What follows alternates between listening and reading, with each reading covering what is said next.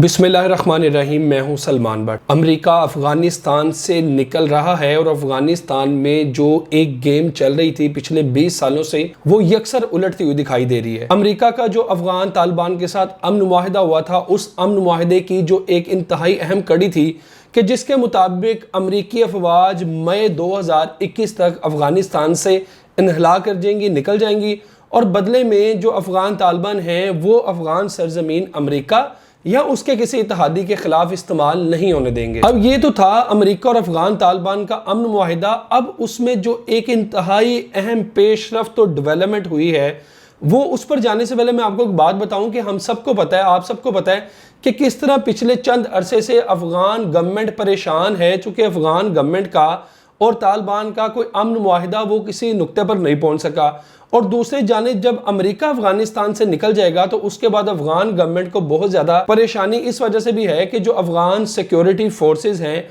अफगानिस्तान की फ़ौज है, वो पूरे मुल्क में अफगान तालिबान का ना मुकाबला कर सकती है और ना उनको संभाल सकती है। तो बदले में अफगान की जो मौजूदा गवर्नमेंट है उसने तालिबान पर हमलों में शिद्दत लेके आई, ताकि रिएक्शन में जब तालिबान भी अफगान सिक्योरिटी फोर्सेस पर, अफगान अवाम पर या अफगान हुकूमत पर हमले करेंगे तो फिर अमेरिका के पास कोई चारा नहीं रहेगा कि अफगानिस्तान में रुका रहे।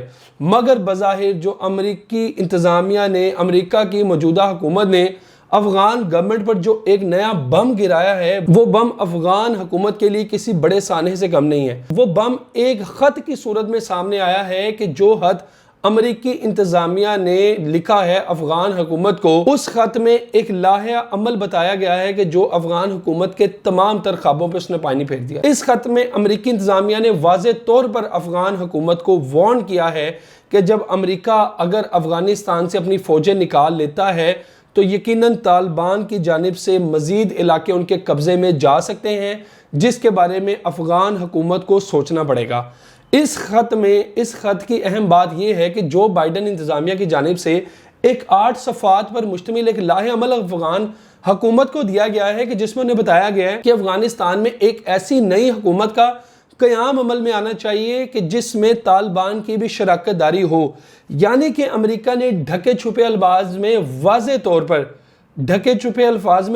तौर पर अफगान हुकूमत को कह दिया है कि अफगानिस्तान में एक नई ग्रैंड हुकूमत बनेगी जिसका तालिबान भी हिस्सा होंगे। इस खत के जवाब में, इस लाहे अमल के जवाब में अफगान गवर्नमेंट को लिखा है, अफगानिस्तान के सदारती महल या उनकी हुकूमत ने अभी तक कोई जवाब नहीं दिया। बदले में अमेरिका के जो खुसूसी नुमाइंदे हैं अफगान उमूर के ज़ल्मे खलीलज़ाद, उन्होंने अफगानिस्तान का भी दौरा किया और उन्होंने पाकिस्तान का भी दौरा किया। 10 मार्च को पीर को वो जनरल कमर जावेद बाजवा से मुलाकात उन्होंने की है और जनरल कमर जावेद बाजवा से हमायत मांगी है। पाकिस्तान मुकम्मल हमायत का अमेरिका को यकीन दिलाया, चूँकि जो अमेरिका के तालिबान के साथ मुज़ाकरात कामयाब हुए थे यकीनन उसमें पाकिस्तान का किरदार था। अब पाकिस्तान जो अफगान तालिबान और अफगान हुकूमत के दरमियान मुज़ाकरात हैं उसमें एक हद से ज़्यादा आगे इसलिए नहीं गया कि अगर वो मुज़ाकरात नाकाम हो गए तो जो अफगानिस्तान की अवाम या गवर्नमेंट है वो उसका सारा ब्लेम पाकिस्तान को देंगे। मगर पाकिस्तान ने फिर भी अफगानिस्तान में अमन कायम करने के लिए जितनी हमायत हो सकती थी वो की और उसका यकीन भी दिलाया तालिबान को भी, अमेरिका को भी और अफगान गवर्नमेंट को भी। अब ज़ल्मे खलीलज़ाद की मुलाकात के बाद अमेरिका को इस बात का यकीन है कि पाकिस्तान की पूरी सपोर्ट है, मगर अफगानिस्तान की गवर्नमेंट को परेशानी है, हिंदुस्तान की गवर्नमेंट को परेशानी है, चूँकि वो तालिबान को किसी सूरत कबूल करने के तैयार नहीं है। अमेरिका ने इसमें अमली तौर पर इस चीज़ को रियलिटी बेस्ड पर्सपेक्टिव के तौर पर देखा कि बिल्कुल अफगानिस्तान में तालिबान के खिलाफ 20 साल जंग लड़ी। उस 20 साल की जंग का नतीजा क्या निकला कि आज भी अफगानिस्तान के ज़्यादातर इलाकों पर तालिबान काबिज हैं। हाँ, काबुल समेत चंद शहरी इलाके में अफगान गवर्नमेंट का असर सुख ज़रूर है, लेकिन वहाँ भी तालिबान जब चाहते हैं हमला करते हैं। इस रिपोर्ट में, इस खत में जो उन्होंने लिखा है अमेरिका ने अफगान गवर्नमेंट को, उसमें वाज़े तौर पर इस बात के इशारे मौजूद हैं कि अगर तालिबान ने दोबारा ताकत पकड़ ली तो शायद अफगान सिक्योरिटी फोर्सेस काबुल पर तो कब्जा बरकरार रख सकें, लेकिन बाकी के अफगानिस्तान को वो अमरीकी अफवाज की मदद के बगैर तालिबान से नहीं बचा सकते। दूसरी जानिब अमेरिका तो अफगानिस्तान से अब निकलना चाहता है। अमरीकी टैक्स पेयर्स अपनी जो दौलत है वो मज़ीद अफगान जंग में नहीं इस्तेमाल करना चाहते, जब तालिबान ने उनको यकीन दहानी भी करवा दी है कि अमेरिका या उसके इत्तेहादियों के ख़िलाफ़ अफ़गान सरजमीन इस्तेमाल नहीं होने दी जाएगी, जो अमेरिका का वाज़ेह मकसद है और वो उसको तकरीबन हासिल कर चुका है। दूसरी जानिब अफ़गान गवर्नमेंट जो है वो पावर शेयरिंग नहीं करना चाहती। ये कठपुतली हुकूमतें चाहे हामिद करज़ई की हों या अशरफ गनी की, चूँकि ये अमेरिका की आशेरबाज से तालिबान के मुकाबले पर वजूद में आई।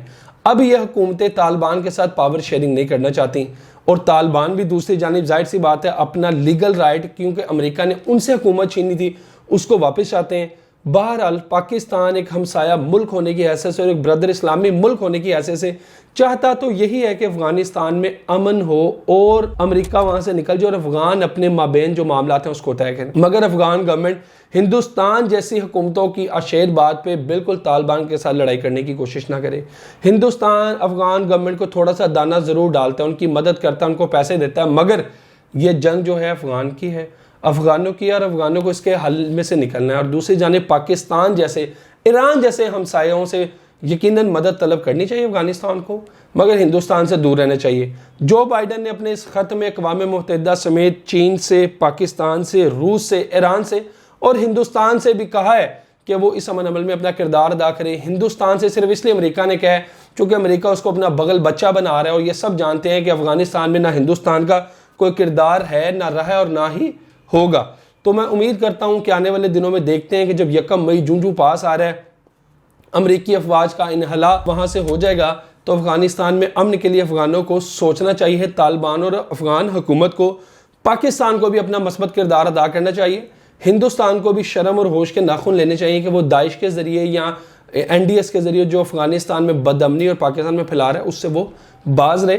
मैं उम्मीद करता हूँ आपको मेरा ये व्लॉग पसंद आया होगा। काइंडली इसको आप शेयर कीजिए, मेरे चैनल को सब्सक्राइब कीजिए, ताकि अफगानिस्तान, ईरान, सऊदीया, UAE और पाकिस्तान समेत ख़ुसूसन जितनी बड़ी डेवलपमेंट्स हों उनसे मैं आपको आगाह कर सकूं और पाकिस्तान की पॉलिटिक्स में जो करंट सिनेरियो चल रहा है वो भी आप तक पहुंचता रहे। उम्मीद है आप इसको शेयर करेंगे और चैनल को सब्सक्राइब करेंगे। मुझे इजाज़त दीजिए, अल्लाह हाफिज़।